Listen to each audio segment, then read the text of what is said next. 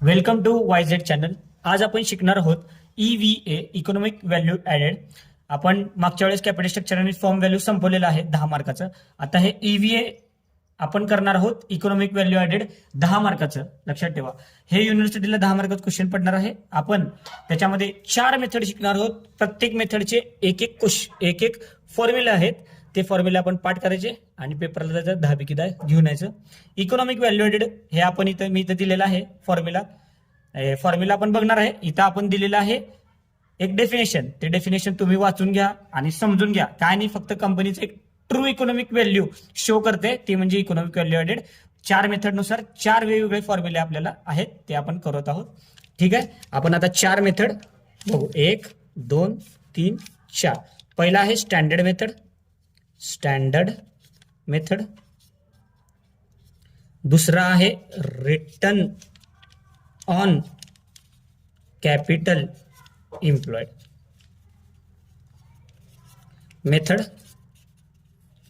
तिसरा आहे return on equity method. आणि लास्ट आहे इक्विटी मेथड. लक्षात ठेवा, हे 4 मेथड आहेत. आपण पहिला आहे स्टँडर्ड मेथड सॉल्व्ह करून बघू. त्याचं तुम्हाला एक फॉर्म्युला सांगतो आणि त्याच्यानुसार एक क्वेश्चन घेतो जे युनिव्हर्सिटीला पडलेला आहे. आपण मस्तपैकी 4 फॉर्म्युलेने सॉल्व्ह करू. ते 10 मार्काला पडणार आहे. लक्षात ठेवा, 4 फॉर्म्युले खूपच गरजेचे आहेत. त्यामुळेच आपल्याला 10 पैकी 10 पडतील. ठीक आहे, स्टँडर्ड मेथड घेऊ पहिला. Standard method. ठीक आहे, स्टँडर्ड मेथडचा फॉर्म्युला बघा. EVA is equal to NOPAT minus in bracket वॅक इनटू कॅपिटल एम्प्लॉयड.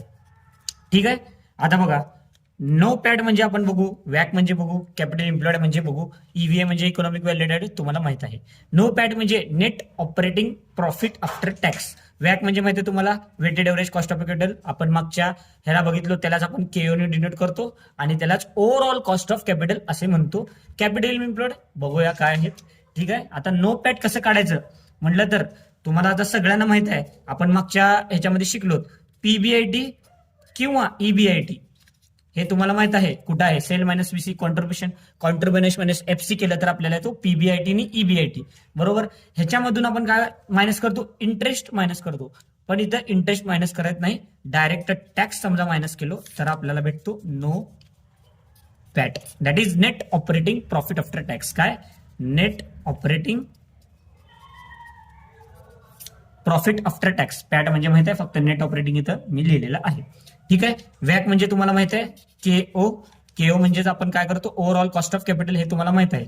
आता मेन काय, कॅपिटल एम्प्लॉयड. ठीक आहे, आता कॅपिटल एम्प्लॉयड हे महत्वाचं आहे. मी तर या साईडला लिहितो कॅपिटल एम्प्लॉयड. कॅपिटल म्हणजे काय, भांडवल. तुम्ही भांडवल कुठून आणलेलं आहात. भांडवल तिथं देतेच तुम्हाला क्वेश्चन मध्ये, इक्विटी प्लस रिझर्व्ह सरप्लस. आता रिझर्व्ह सरप्लस RS लिहितो इथं, रिझर्व्ह सरप्लस प्लस डेप्ट. म्हणजे कंपनीकडे स्वतःचे रिझर्व्ह सरप्लस असतील किंवा इक्विटीने घेतलेले असतील किंवा डेप्टने घेतलेले असतील, हे तिन्ही मिळून झालं कॅपिटल एम्प्लॉयड. सगळ्यांना इथंपर्यंत कळालं का? ठीक आहे, आता मी काय करतो, एक युनिव्हर्सिटीचा क्वेश्चन दाखवतो. आपण EVA या फॉर्म्युलेसर काढू. ठीक आहे, हे तुम्ही काय करा, व्हिडिओ पॉज करा आणि ह्याचं एवढ्याचं स्क्रीनशॉट काढून घ्या. ठीक आहे, मी फक्त क्वेश्चन वाचतो आणि तुम्ही ते नीट बघून घ्या. हे आता इंटरनलला क्वेश्चन पडलेला आहे सिंहगड कॉलेजच्या, तरी पण तुम्ही बघून घ्या. आणि युनिव्हर्सिटीला पण हा क्वेश्चन पडलेला आहे. आणि इथं फक्त त्यांनी म्हणलेत calculate EVA by 4 different methods and comment. आता आपण पहिलं स्टँडर्ड मेथड बघितलेलं आहे. स्टँडर्ड मेथड थ्रू हे सॉल्व्ह करूया, नंतर आपण बाकीचे 3 सॉल्व्ह करूया. ठीक आहे, काढला, एकदा स्क्रीनशॉट काढून घ्या. ठीक आहे, चला नेक्स्ट.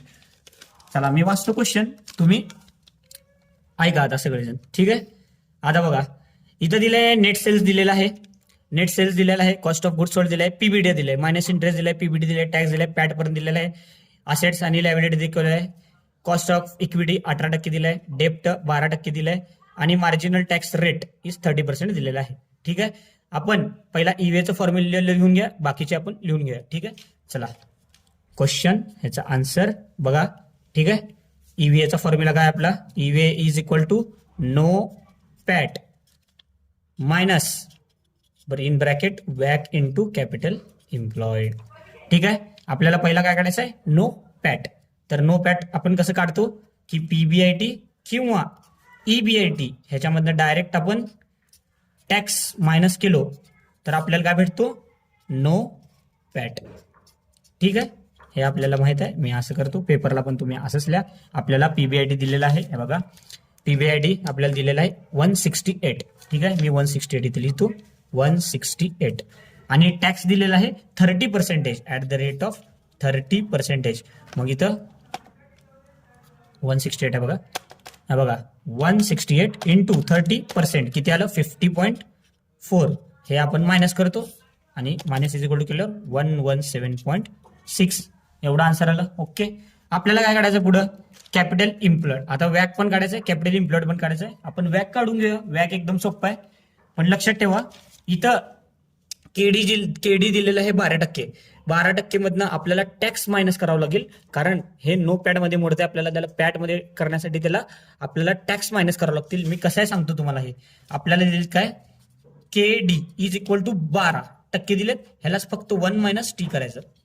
1 मायनस टी म्हणजे काय, तुमचं 1 मायनस टी म्हणजे टॅक्स. लक्षात ठेवा, टी म्हणजे टॅक्स. हे बघा इथं टॅक्स मी इथं ब्रॅकेटमध्ये लिहितो टॅक्स. 30% आहे म्हणजे 0.30 झालं. 30% म्हणजे 30 डिवायडेड बाय 100 केलं तर 0.30 येते. चला हे करून बघूया आपण. 1 मायनस 0.3 बरोबर इज इक्वल टू किती आलं 0.7. 12 इंटू 0.7 इंटू हे आलं 8.4%. हे कळालं का इथंपर्यंत तुम्हाला, की मी केडी काय आलं आपलं 8.4%. ठीक आहे. आपल्याला काढायचं आहे आता वॅक. ठीक आहे ना, हे बघा नीट बघा. आपल्याला काढायचं आहे वॅक. इथं मी करतो dash, weighted average cost of capital. ठीक आहे. इथं लिहितो मी पर्टिक्युलर्स. इथं लिहितो अमाऊंट. इथं लिहितो ह्या दोघांचं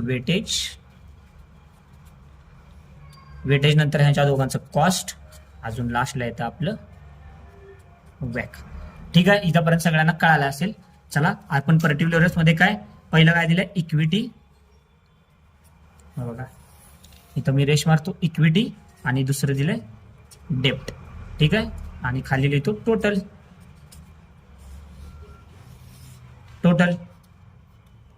बरोबर. इक्विटी किती दिलंय आपलं बघा 600 दिलंय, 600. अजून डेप्ट किती दिलंय 400. टोटल झालं 1000. हे तर कॉमन आहे, तुम्हाला माहित आहे.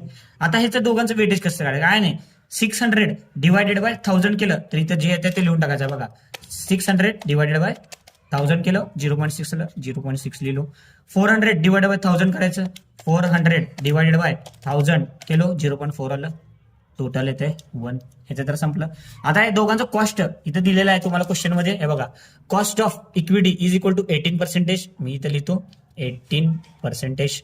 ठीक आहे. आणि डेप्टचं किती दिलंय 12%. पण आपण इथं काढलेलं आहे डेप्टचं टॅक्स वजा केल्यावर किती येत आहे 8.4%. ठीक आहे. इथे लिहितो 8.4%. ह्या दोघांचं मल्टिप्लिकेशन करून इथं लिहायचं, या दोघांचं ऍडिशन करून इथं लिहायचं, म्हणजे व्याक येत आहे आपलं. ठीक आहे. हे बघा इथं घेतो 0.6 इंटू 18% किती आलं 0.108. ठीक आहे. नंतर काय 0.4 इंटू 8.4% म्हणजे किती आलं 0.0336. ओके. ह्या दोघांचं ऍडिशन करतो 0.108 ऍड केलं याच्यामध्ये म्हणजे 0.1416 आलं. विचार करा वॅक हे पर्सेंटेज असल्यामुळे जे आन्सर पॉईंट मध्ये येईल त्याला इंटू 100 केलं तर हे आन्सर येणार पर्सेंटेज मध्ये. ओके. तर मी ह्याला करतो वॅक इज इक्वल टू 0.1416 और ह्याला इंटू 100 केलं तर काय येणार 14.16%. इथंपर्यंत सगळ्यांना कळालं. हा बघा आता आपण काढलेलं आहोत नो पॅट. आपल्याला कळालं वॅक 14.16% आलं. आता आपल्याला काढायचं आहे कॅपिटल इम्प्लॉयड. ठीक आहे. कॅपिटल इम्प्लॉयड काढूया, हे साईडला ठेवतो. ठीक आहे. चला कॅपिटल इम्प्लॉयडचं मी तुम्हाला काय फॉर्म्युला सांगितलं होतं की equity plus reserve surplus plus डेप्ट. हे तुम्हाला माहिती आहे. इक्विटी तुम्हाला दिलेला आहे 600 रुपये 600. रिझर्व्ह सरप्लस काहीच दिलेत म्हणून 0 आणि डेप्ट दिलंय 400. बरोबर. ह्या दोघांची टोटल किती येणार 1000. बघा अशा प्रकारे आपण तिन्ही ईव्हीए मधले जे जे आपल्याला लागणार आहे ते काढलं. ठीक आहे. म्हणून ईव्हीए इज इक्वल टू काय आपला फॉर्म्युला नो पॅट मायनस वॅक इंटू कॅपिटल एम्प्लॉयड, हे तुम्हाला फॉर्म्युला माहीत आहे.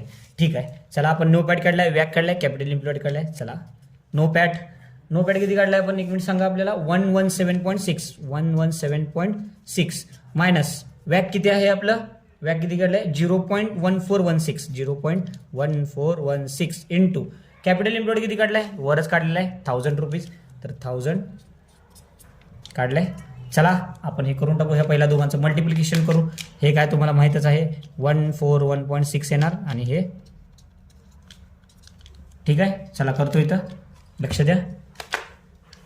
ठीक आहे, 117.6 मायनस 141.6 -24 आला आन्सर. ठीक आहे, चला करून टाका. -24 म्हणजे कंपनी चांगली नाही समजून घ्यायचं, त्याचे इकॉनॉमिक प्रॉफिट नाही, लॉसमध्ये आहे असं समजून घ्यायचं. ठीक आहे, हे झालं फर्स्ट मेथड. आता आपल्याला करायचं आहे रिटर्न ऑन कॅपिटल एम्प्लॉयड. ठीक आहे, काय रिटर्न ऑन कॅपिटल एम्प्लॉयड. ठीक आहे, रिटर्न ऑन कॅपिटल एम्प्लॉयड. आता ह्याचा EVA फॉर्म्युला काय आहे बघा इथं. EVA is equal to in ब्रॅकेटमध्ये ROCE म्हणजे रिटर्न ऑन कॅपिटल एम्प्लॉयड म्हणतात त्याला, मायनस वॅक इंटू CE. हे कळालं का तुम्हाला. आता ROCE हे कसं काढायचं म्हटलं तर बघा, ROCE is equal to NOPAT divided by capital employed. Capital employed तुम्हाला माहित आहे तो वरच काढलाय 1000 रुपये आणि नो पॅट पण काढलाय, काढून घ्यायचं. हे ROCE येणार, वॅक तुम्हाला माहित आहे, कॅपिटल एम्प्लॉयड माहित आहे, संपले विषय. लगेच मी इथं नो पॅट टाकतो. नो पॅट किती आलाय आपलं 117.6 डिवायडेड बाय कॅपिटल एम्प्लॉयड किती 1000 म्हणजे किती आलं हे 0.1176. कॅल्क्युलेटर करून दाखवतो तरी पण बघून घ्या. 117.6 डिवायडेड बाय 1000 आलं का. हेच ह्याला पर्सेंटेजमध्ये करायचं असेल ऑर करायचं 11.76 इंटू करायचं 100 झालं 11.76%. याला पर्सेंटेज दाबायचं इथं. ओके, एक मिनिट स्केच वेगळं घेतोय. ठीक आहे, आपल्याला माहित आहे ROCE, आपल्याला माहित आहे वॅक, आपल्याला माहित आहे कॅपिटल एम्प्लॉयड. फक्त पुटअप करून टाकू. EVA is equal to ROCE काढला आपण 0.1176 मायनस, आता बघा वॅक पण काढलेला आहे. वॅक किती काढलेला आहे 0.1416 bracket complete into capital employed दिलेला आहे 1000 रुपीज. ठीक आहे, इज इक्वल टू, आता बघा मी डायरेक्ट कॅल्क्युलेटर घेतो, तुम्ही बघून घ्या. 0.1176 मायनस 0.1416 इंटू 1000 मायनस 24, हे झालं त्याचं आन्सर. ठीक आहे, म्हणजे इथं काय आलं आपलं आन्सर EVA. ठीक आहे, एक मिनिट. चला आपण आता नेक्स्ट करणार आहोत रिटर्न ऑन इक्विटी मेथड.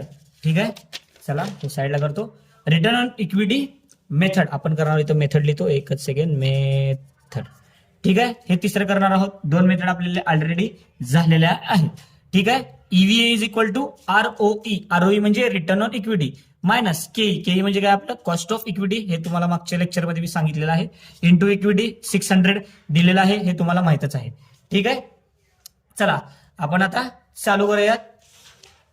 आता रिटर्न ऑन इक्विटी हे तुम्हाला माहिती आहे का. रिटर्न ऑन इक्विटी म्हणजे ह्याचा फॉर्म्युला तुम्हाला कोणाला माहिती आहे का, माहित नसेल तर हे घ्या, पॅट डिवायडेड बाय इक्विटी.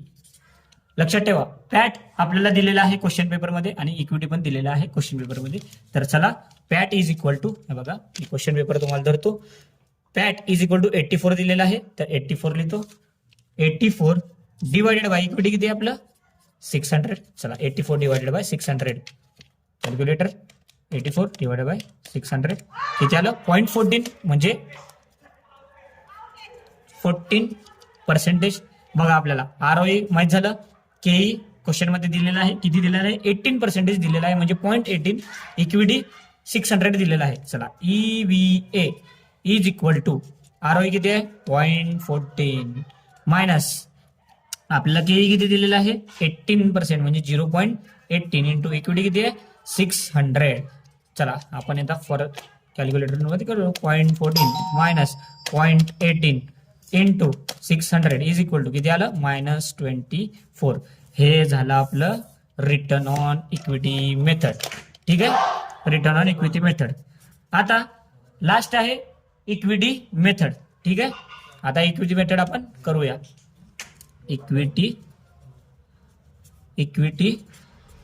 मेथड. ठीक आहे, EVA is equal to PAT minus KE into equity.